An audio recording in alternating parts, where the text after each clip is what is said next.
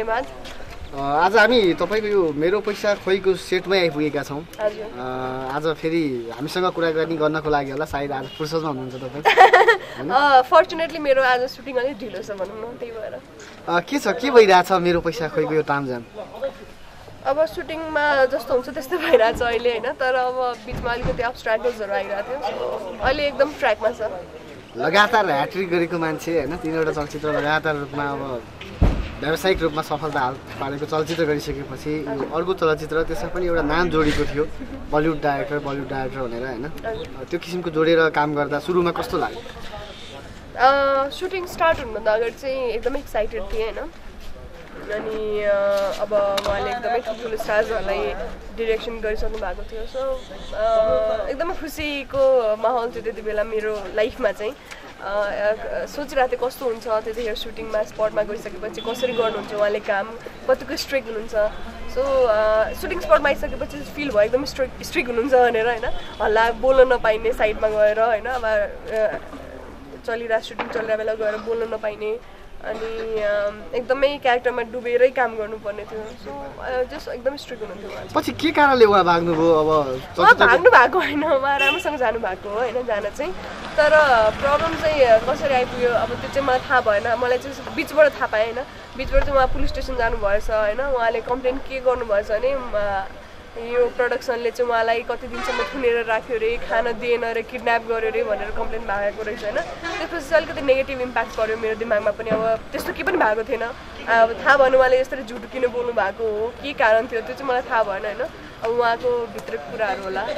तर बाहिरबाट मैले यसरी सुन्दाखेरि चाहिँ एकदमै नराम्रो लागेको थियो। तपाईँलाई चाहिँ के फिल भयो? पहिले चाहिँ अब बलिउड डाइरेक्टरसँग काम गर्दैछु भन्दाखेरि एकदमै जुन खालको उत्साह थियो होइन, पछि उहाँ गइसके पनि स्क्रिप्ट पनि चेन्ज भयो, स्क्रिप्ट पनि चेन्ज भएर अहिले काम गर्दै हुनुहुन्छ होइन, के फिल भयो अहिले चाहिँ? के भयो? होइन अब सुरुमा जतिको म एक्साइटेड थिएँ नि उहाँको यो डिरेक्सनको लागि लिएर, त्यति नै मलाई ठिक राम्रै भयो उहाँ गएर जस्तो फिल चाहिँ कतिखेर भयो भने जब उहाँले पुलिसमा रङ रिपोर्ट दिनुभयो होइन, त्यतिखेर चाहिँ मलाई राम्रो भएछ, म नराम्रो मान्छेबाट बचेँ भने जस्तो भयो होइन।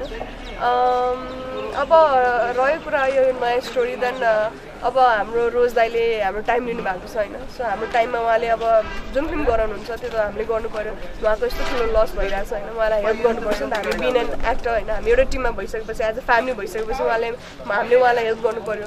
सो त्यो हिसाबले चाहिँ मैले गरेको हुन्छ। लगातार सफलता हात पारेको नायिकालाई यो लगातार एउटा खालको के भन्छ विवादमा सुटिङ सुरु नहुँदै वर्षा शिवाकोटी पनि चलचित्रबाट आउट भयो वर्षाकै कारणले भन्ने कुरा भयो पहिले सुरुमा। ल हो र, त्यो चाहिँ अब मेरो कारणले भएर चाहिँ थाहा भएन मलाई किन ऊ निस्केको भनेर। हाम्रो बिचमा कुरा भएको थियो एकचोटि होइन, उहाँले अब हामीलाई चाहिँ स्क्रिप्ट दिइसकेको थिएन, अनि उसले पनि आफ्नो क्यारेक्टर सुनाएको थियो मेरो यस्तो छ भनेर, मैले पनि उसलाई सुनाएको थिएँ। सो हाम्रो कुरा भएको यति मात्र हो, पछि उसले किन निस्क्यो के कारण निस्क्यो त्यो चाहिँ मलाई थाहा भएन। अहिले पनि यो विवाद छ। अब स्क्रिप्टमा चाहिँ अब तपाईँले साथको लागि अब सहयोग गर्नुपर्छ, प्रोडक्सन टिम चाहिँ अब घाटा पऱ्यो त्यो भएर सहयोग गर्नुपर्छ भन्ने तरिकाले काम गर्दै हुनुहुन्छ कि स्क्रिप्ट चित्त बुझेर? स्क्रिप्ट पनि मैले चित्त बुझेँ, किनभने मेरो रोल जुन छ होइन यसमा एकदमै भेराइटी खालको रोल छ, मैले यसमा भेराइटिज देखाउन सकिरहेको छु होइन।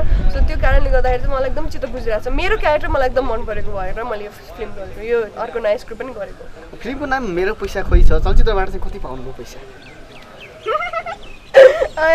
अब मैले उहाँसँग आफूले आफ्नो तर्फ राखेको थिएँ होइन, म यति पैसा लिन्छु भनेर, सो उहाँले खुसी दिनुभयो, म पनि एकदमै खुसी छु। चलचित्रभित्र चाहिँ पैसा प्रश्न छ, पैसा फिल्मको नामै मेरो पैसा खोइ, कतिको खोज्नुहुन्छ पैसालाई फिल्मभित्र चाहिँ?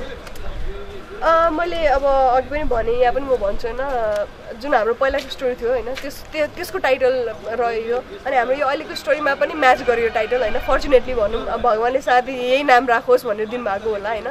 सो स्टोरीमा चाहिँ मैले भने नि मेरो एकदमै भेराइटिज अवतार देख्नुहुन्छ यहाँ, सो त्यो भेराइटिज अवतारले भेराइटिज मान्छेहरूसँग पैसा मागेर आउँछ कि, सो यहाँ पैसा माग्ने क्यारेक्टर्स काइन्ड अफ छ। सौगात त यहाँ हुनु अहिले, उहाँसँग चाहिँ तपाईँको चलचित्रमा केमिस्ट्री कस्तो छ? एकदमै राम्रो छ, उहाँसँग मेरो एकदमै रोमान्टिक सिक्वेन्सहरू छ होइन, अनि लजाउनेदेखि लिएर हाम्रो रोमान्टिक सङदेखि लिएर अनि झगडादेखि लिएर एभ्रिथिङ छ उहाँसँग। जस्ट खुसी लागिरहेछ मलाई होइन, अहिले आएर अहिलेको दिनमा आएर मैले एकदम राम्रो एक्टर्सहरूसँग काम गर्न पाइरहेको छु। विपिन कार्की भयो, सौगात मल्ल भयो, अब छिटै दयाङ राईसँग पनि होला मोस्ट प्रोबेबली।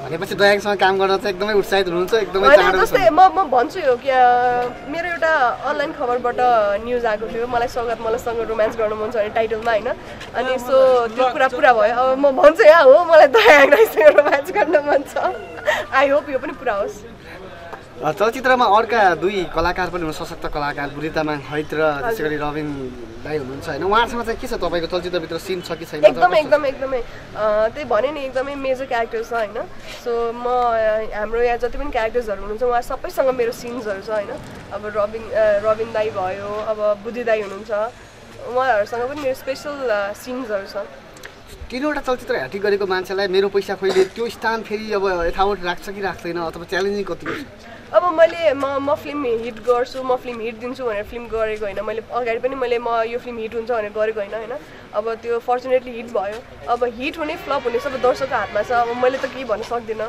मैले चाहिँ अब आफ्नो तर्फबाट आफूलाई मन परेको स्क्रिप्ट चुज गरेर आफ्नो मन परेको क्यारेक्टर लिएर गरेको हो होइन अब बाँकी त्यो सबै दर्शकको हातमा छ कतिको हिट हुन्छ हुँदैन भने एक साता भन्दै बिकज मेरो ड्याडीले जतिचोटि फोन गर्छन् जसले सोधिरहेको हुन्छ कि कहिले आउँछस् घरमा भनेर मलाई यस्तो अहिलेसम्म ड्याडीले मलाई यसरी फोन गरे जतिखेर पनि सोधिरहेको चाहिँ याद छैन मलाई अन्तिममा के भन्नुहुन्छ दर्शकहरूको लागि हामीलाई हेरेर बस्नुभएका नमस्ते सबै दर्शकहरू जतिजनाले यहाँ हेरिराख्नु भएको छ होइन तपाईँहरूको माया साथले आज म यहाँसम्म आइपुगेको छु अब आगामी दिनहरूमा पनि म त्यही अपेक्षा राख्छु अनि यो फिल्म अब अलमोस्ट छिटै सिद्धिन्छ होला बिकज एकदम छिटो काम भइरहेछ आई होप दर्शकहरूले यो फिल्मलाई पनि त्यतिकै मन पराउनुहुन्छ होला मेरो क्यारेक्टरलाई जति पहिला छक्का पन्जामा नाइनौलामा या जात्रामा जति मन पराउनु भयो आई होप यो मेरो पैसा खैमा पनि मेरो क्यारेक्टर एकदम मन पराउनुहुन्छ भन्ने आश गरेको छु धन्यवाद हस् थ्याङ्क यू म त नर्भस